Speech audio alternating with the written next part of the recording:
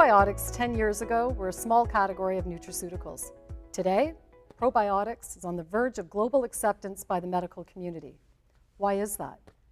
Dr. Nigel Plummer, an expert in probiotic research and development, and who has published over 100 papers on the topic, is passionate about probiotic research. Due to his research and development, the Genestra HMF antibiotic care has been developed. So why this explosion in probiotics?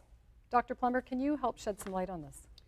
Well, I think that we really are on the cusp now globally of acceptance of the use of probiotics alongside certain areas. One of these areas is gastrointestinal effects, so particularly along the use of antibiotics, and in gastrointestinal conditions such as irritable bowel syndrome.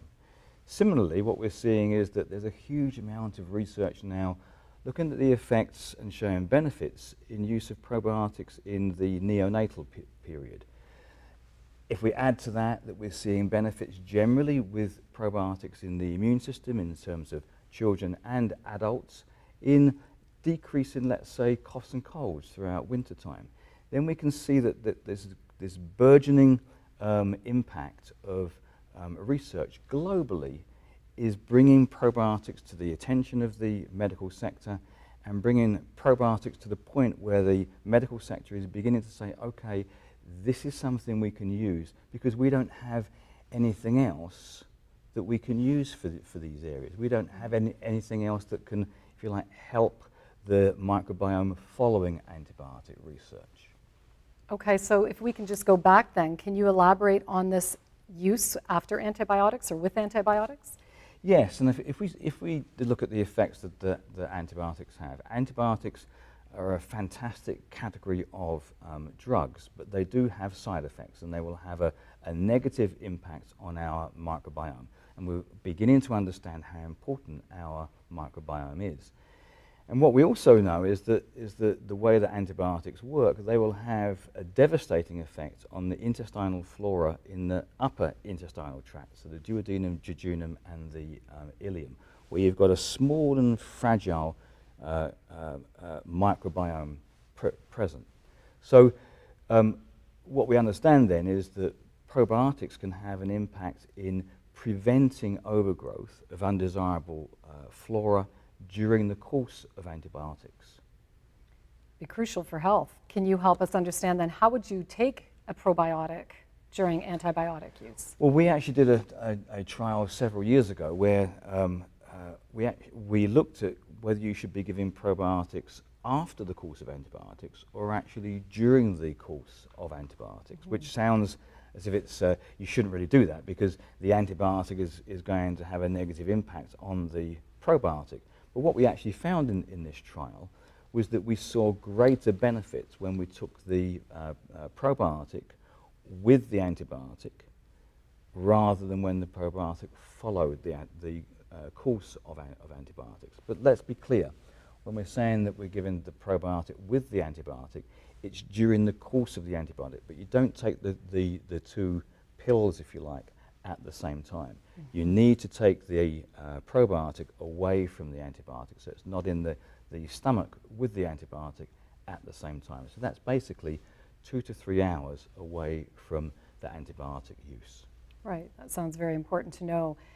And what about the safety of them? Is it safe to use probiotics and antibiotics together? What is the safety of probiotics? And the safety is absolutely clear. The type of probiotics that we use now have an unblemished safety record in use in newborn babies and in adults. So the one thing about probiotics alongside antibiotics is that you will only see benefits. The absolute worst outcome is that you see no effect at all. Right. So what about curing? You could just eat food. If you've had an antibiotic, you can restore the probiotic by just eating food. Well, food, if you look at probiotic foods such as yogurt and sauerkraut, they do contain the types of bacteria that we see in probiotics, but they don't have typically the ability to colonize the intestinal tract that specific probiotic supplements like the HMF range have. So something like the HMF, antibiotic care, how is this different from other probiotics on the market? Well, this is one that we've used in our clinical trials, and in a sense, the only reason that this, I suppose, should be used or can be used is that we've demonstrated specific benefits of this. So we have demonstrated reduction in antibiotic-associated diarrhea with this product, and that's meant that in Canada we can have the claim HMF antibiotic care. So this one, I suppose, as opposed to the other probiotics that are on the marketplace, has been shown to be effective. So clinically researched to be effective. Can you comment on dosing, therapeutic dosing? What does that mean, and what is a therapeutic dose? Okay, how we normally look at this now is that if we're using, let's say, a low-grade or incidental antibiotic treatment, ampicillin, for instance, for maybe 7 days, then we can use either HMF antibiotic care or HMF intensive. If we're using a more powerful antibiotic or it's for a longer period, then we need to use HMF antibiotic care because this has a higher dosage. So in summary, the important thing is to find a clinically researched with a therapeutic dose for the right condition that you're looking to deal with your health. Yes, yes, and that's true across the whole range of probiotic applications for whatever use. And with this product here, we've also done an additional trial whereby we showed that the level of resistance to antibiotics in the regrowth flora following the use of the antibiotic is decreased by the use of this product. And that could be a potentially huge, globally changing outcome. More research coming. More research coming.